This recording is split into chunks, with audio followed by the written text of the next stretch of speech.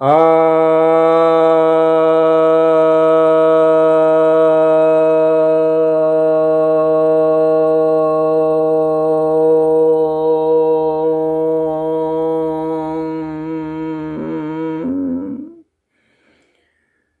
सभी भक्तजनों को सप्रेम नमन।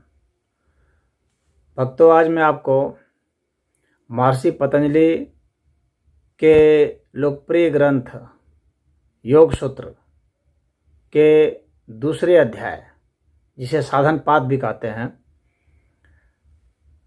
उसकी शुरुआत करने जा रहा हूँ। इसका जो पहला सूत्र है वह कहता है, तपः स्वाध्याय ईश्वर प्रणिधानानि क्रिया योगः। अर्थात तप, स्वाध्याय और ईश्वर प्रणिधान, यह क्रिया योग है।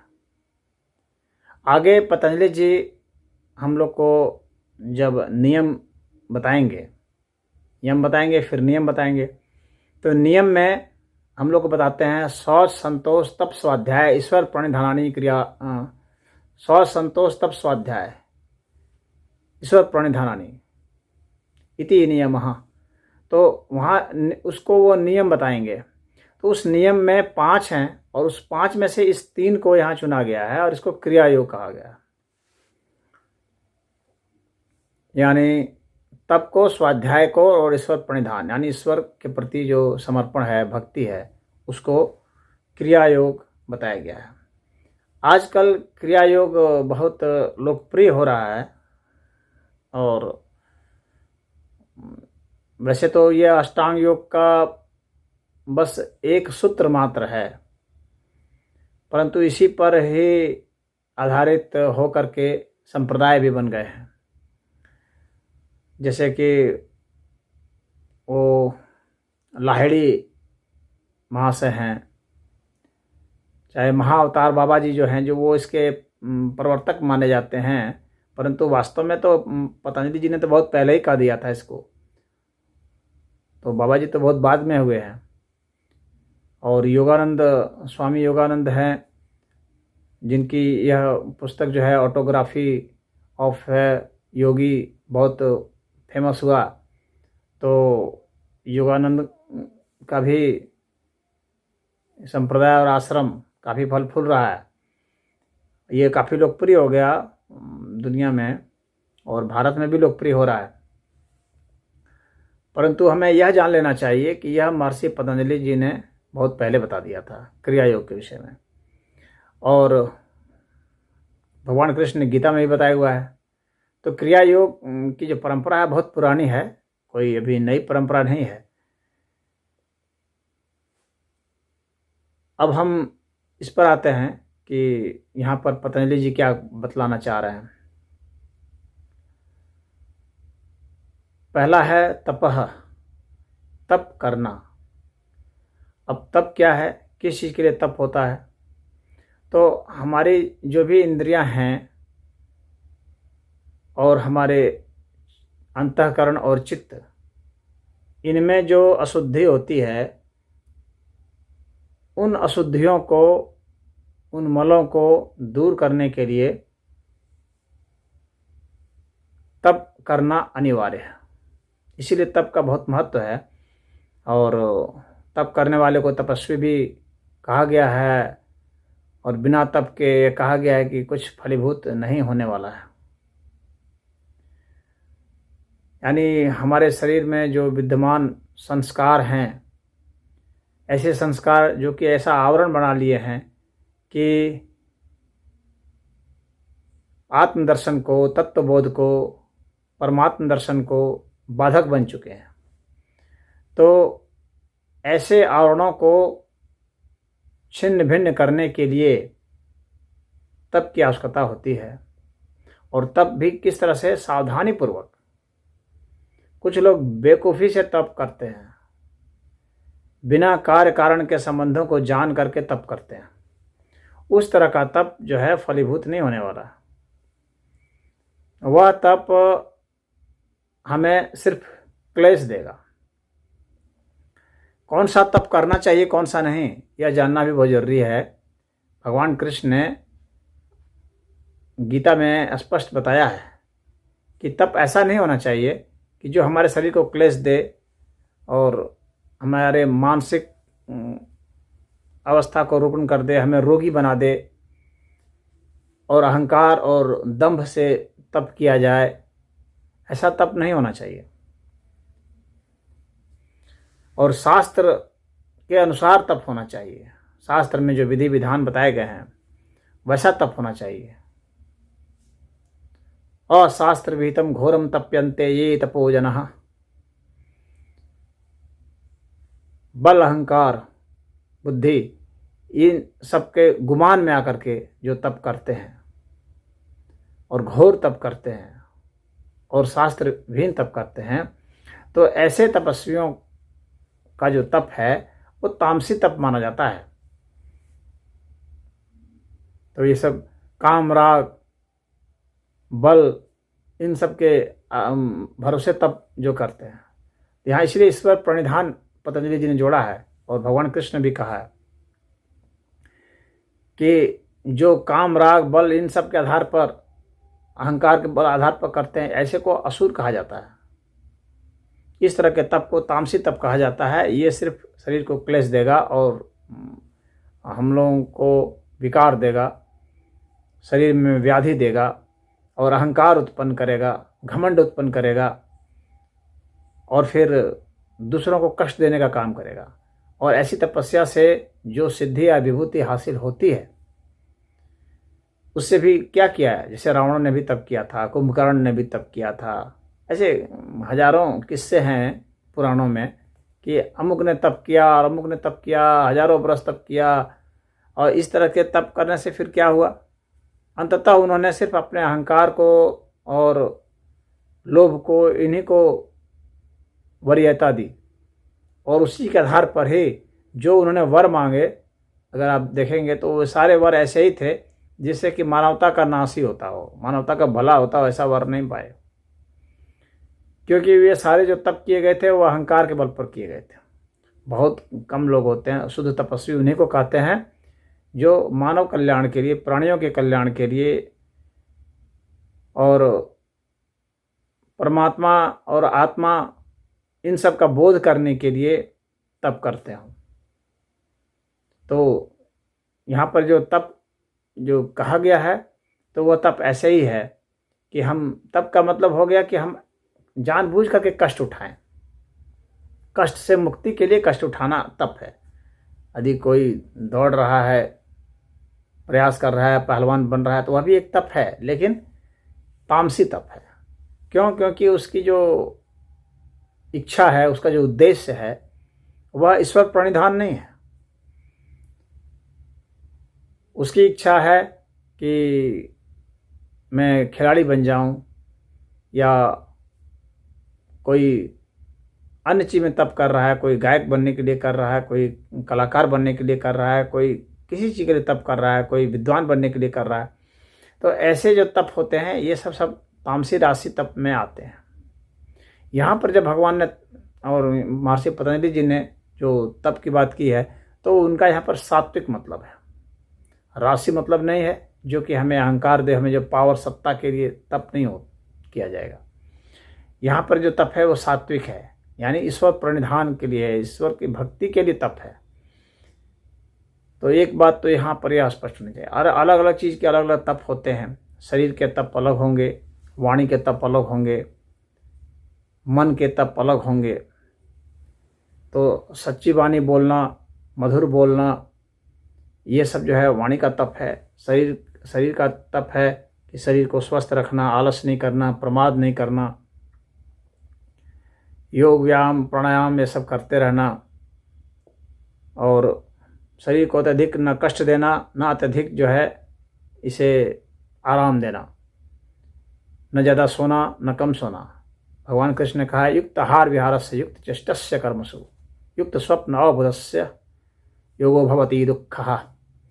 अर्थात जो है जो सम्यक रूप से आहार विहार करता है और सम्यक रूप से चेष्टा करता है, सम्यक रूप से जो है वो कहीं बोध के लिए प्रयास करता है, तो ऐसे से क्या होता है कि उसका कष्ट दूर होता है। इस तरह से जो योग है उससे दुख से मुक्ति पाता है। ये इस तरह के योग दुख का हरण करते हैं। तो यहाँ सम्यक रूप से सब करना है, ना ज़्यादा सोना है ना कम सोना है, ना ज़्यादा खाना है ना कम खाना है, ना एकांत में रहना है ना बिल्कुल जो है भीड़ भाड़ में रहना है। यानी एक जिंदगी को एक संतुलन बना करके जीना है। यह भगवान ने कहा है कि यही तप है। जो संतुलन से भटकता है वह तप से भटक गया।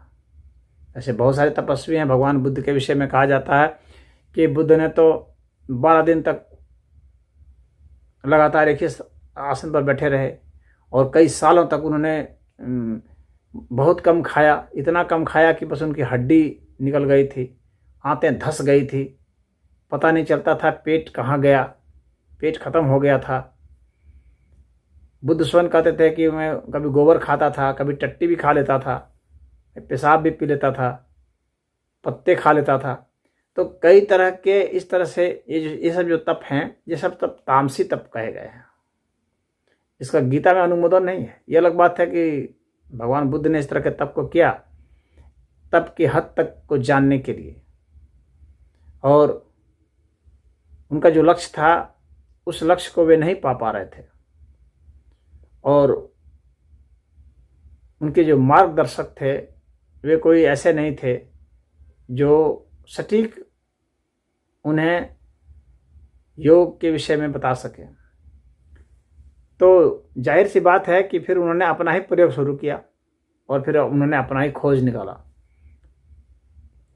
परंतु योग के जो शास्त्र हैं और योग के जो ऋषि हैं जो जानते हैं वास्तव में योग को, वे उस मध्य चीज़ को जानते हैं। और बुद्ध ने भी वास्तव में बाद में फिर मध्य मार्ग ही बताया, जो कि गीता में पहले से ही बताया हुआ था कि आप जो है अति नहीं करेंगे, अति सर्वत्र व्रजेत। सभी जगह अतियों का वर्जन होता है। तो न ज़्यादा खाएंगे न कम खाएंगे, न ज़्यादा सोएंगे न कम सोएंगे। तो जो भी आसन है, प्राणायाम है, या जितने भी व्यायाम हैं, या जो भी मंत्र जाप है, ये सब एक निश्चित नियम से ही किया जाता है। इसलिए शास्त्र भी बताया गया है, शास्त्र सम्मत होना चाहिए, अन्यथा वो तामसी या राजसी हो जाएगा और फिर हमें वो क्लेश ही देगा और कुछ नहीं देगा।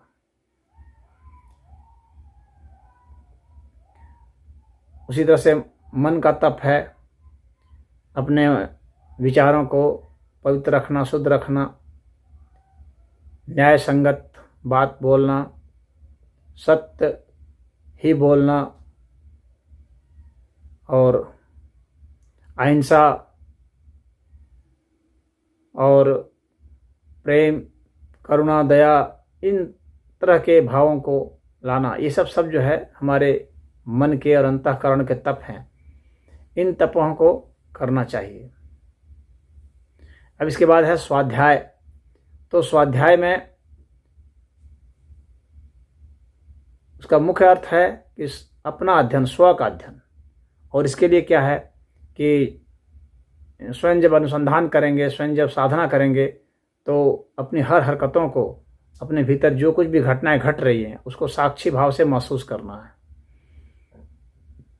अपने सांसों के सारे जितने भी इसके प्रभाव हैं और जितनी भी इसकी प्रक्रियाएं हैं और जितना भी इसमें घटनाक्रम है, उन सबको अच्छा से समझना, अपने प्राणों को अच्छा से समझना कि प्राण की प्रक्रियाएं क्या है, अपने मांसपेशियों को, अपनी नस नाड़ियों को, ऊर्जा के प्रवाह को, ऊर्जा के प्रभाव को, और ऊर्जा वास्तव में है क्या अपने आप में, उन सबको समझना। ये सब स्वाध्याय में आता है। और पहले के जो साधु संत रहे हैं उन सब से सत्संग करके उनको समझना, वह भी स्वाध्याय में है। और जितने हमारे वैदिक ग्रंथ हैं प्रामाणिक ग्रंथ हैं उन सबको भी समझना, उन सबको अध्ययन करना, अनुशीलन करना, ये भी स्वाध्याय में आता है। और इसके बाद है ईश्वर प्रणिधान। तो जब हम स्वाध्याय कर लेंगे तो ये सब जो कुछ भी हम कर रहे हैं वो सब ईश्वर प्रणिधान के अर्थ में ही है, यानी ईश्वर के प्रति हमारा समर्पण होना चाहिए। हम जो कुछ भी करें निष्काम भाव से करें, प्रभु को समर्पित करते हुए करें, और फिर हर समय यह सोचें कि जो कुछ करने वाले हैं प्रभु हैं और जो भी कर्म है प्रभु के हैं। यहाँ प्रभु के अलावा कोई तत्व नहीं है, कोई कर्म नहीं है। और जब हम ऐसा करते हैं तो यह क्या हो जाता है, तो यह कर्म जो है वो क्रिया बन जाती है। मूलतः इसको क्रिया योग क्यों कहा गया है, इसीलिए किया गया है कि हमारे जितने भी कर्म हैं, कर्म का मतलब कि वे क्रियाएं जिसको हमारा मन संपादित करता है, तो जब हमारा मन लीन हो जाएगा उन क्रियाओं में, उन घटनाओं में, उन गतियों में, तो वह कर्म जो है क्रिया बन जाएगा। कर्म और क्रिया में यही अंतर है। तो कर्म जो है वह बंधन हो सकता है, लेकिन क्रिया का भी बंधन नहीं है। कर्म का फल होता है मनुष्य को प्रभावित करे, क्रिया का फल नहीं। इसीलिए क्रिया एक बहुत बड़ी चीज़ है, बहुत बड़ी अवस्था है। तो क्रिया का मतलब हो गया कोई भी एक तत्व कहीं ना कहीं से जा रहा है, कहीं ना कहीं से आ रहा है, तो उसकी जो गति हो रही है, किसी भी तत्व की जो गति है उसी को क्रिया कहते हैं। अब यह जो गति है यह प्राकृतिक भी गति होती है और जैविक भी गति होती है। तो जो जैविक गति है जिसमें कि मन का संकल्प शामिल हो जाता है, तो वह कर्म में बदल जाता है, उसी को कर्म कहते हैं। तो जब हम अपने मन को उसमें ऐसा ध्यानस्थ करके लीन कर देंगे अपने हर तरह के कर्मों में, जिसको कि निष्काम कर्म भी कहते हैं, तो वह क्रिया हो जाती है। यानी निष्काम कर्म क्रिया है जिसमें हम किसी प्रकार के फल की उम्मीद नहीं करते हैं।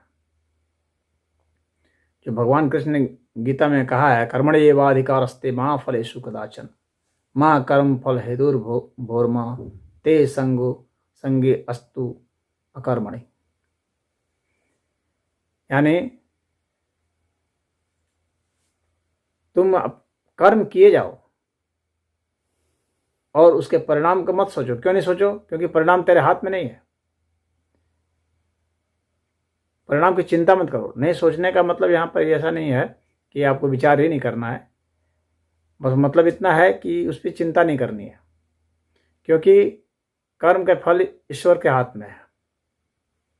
क्योंकि कोई भी जो घटना घटेगी असंख्य कारणों की वजह से घटेगी और उनका ना आपको सम्यक ज्ञान है और न उसके पर आपका नियंत्रण है, तो आप चिंता करके अपने को त्रस्त करेंगे। इसीलिए भगवान ने कहा है। तो जब हम इस तरह से हो जाएंगे तो फिर भगवान आगे कहते हैं कि आपको अकर्मण्य भी नहीं होना है। इसका मतलब यह नहीं कि आपको अकर्मण्य हो गया, अब हमको चिंता नहीं करनी, तब वो काम ही नहीं करना। तो काम तो आपको करना है, बस उन कर्मों में अपने फल को अपने साथ मोह में नहीं बांधना है, लोभ में नहीं बांधना है, उसको प्रभु चरणों में समर्पित करना है। ऐसा जब हम करते हैं तो वह कर्म क्रिया हो जाए, और क्रिया हो जाने के बाद क्या हुआ कि अब वह योग में हमें प्रवेश दिला देगा, तब हमारा योग हो गया। तो कर्म योग वास्तव में फिर क्रिया योग बनता है, तब जब उसे निष्काम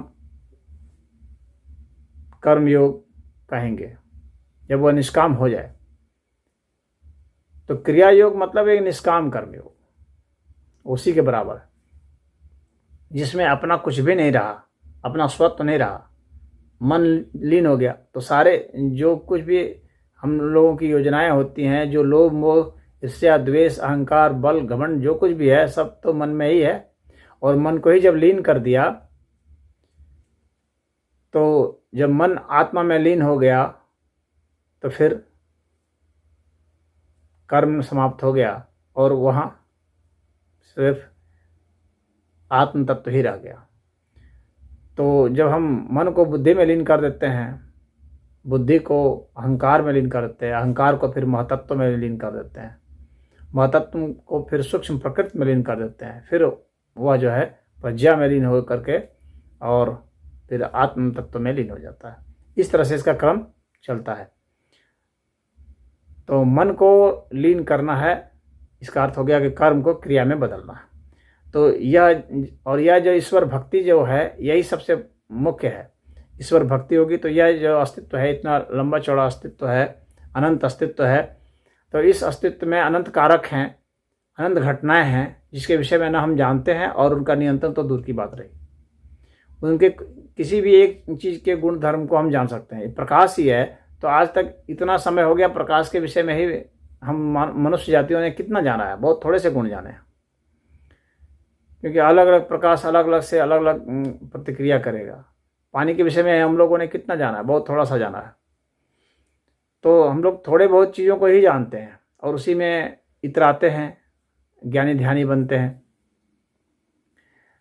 तो जब हम समझ जाएंगे कि हाँ अनंत अस्तित्व है, इसमें अनंत घटनाएं हैं, अनंत कारण हैं, अनंत गुण हैं, तो फिर हम जो है उस अनंत के प्रति समर्पित हो जाते हैं और हमारा अहंकार तिरोहित हो जाता है और वही ईश्वर प्रणिधान कहलाता है। और वह फिर हमें क्रिया योग में ले जाता है और उससे फिर आत्म तत्व का बोध और परमात्म तत्व का बोध होता है। तो आत्म दर्शन और परमात्म दर्शन के लिए यह क्रिया योग है। इसी को अगर विस्तार से फैला दें, जैसे मैंने कहा कि नियम में शौच, संतोष, तप, स्वाध्याय और ईश्वर प्रणिधान है, तो यही फैल करके फिर वो उतना हो जाता है। ये एक तरह से मूल बात है इस साधना का। वैसे जो इसका पहला चैप्टर था, पहला अध्याय जो था समाधिपाद का, वह उच्च स्तर के साधकों के लिए था, उच्च स्तर के जो जिज्ञासु लोग थे उनके लिए था। और यह जो साधन पाद है यह मध्यम स्तर के लोगों के लिए है। इसमें जो अभी जिसमें ऐसे संस्कार हैं कि अभी करना चाहते हैं, कर्म के संस्कार बने हुए हैं, तो उनके लिए है कि वे फिर उसमें यम में जाएंगे, नियम में जाएंगे और आसन में जाएंगे, प्राणायाम में जाएंगे। तो ये सब साधना वे सब करेंगे। तो ये जो दूसरा अध्याय है ये मध्यम स्तर के जिज्ञासुओं के लिए है और सामान्य और सबसे ज़्यादा संख्या इन्हीं की है। तो इसके लिए यह बहुत महत्वपूर्ण अध्याय है और यहाँ से जो है साधना की शुरुआत होगी मध्यम स्तर के जिज्ञासुओं के लिए। तो अब हम आगे देखेंगे कि इसमें क्या होता है। यह क्रिया योग जो है जो इसका मंतव्य था वह आप लोगों के समक्ष मैंने प्रकट कर दिया। ओम हरि।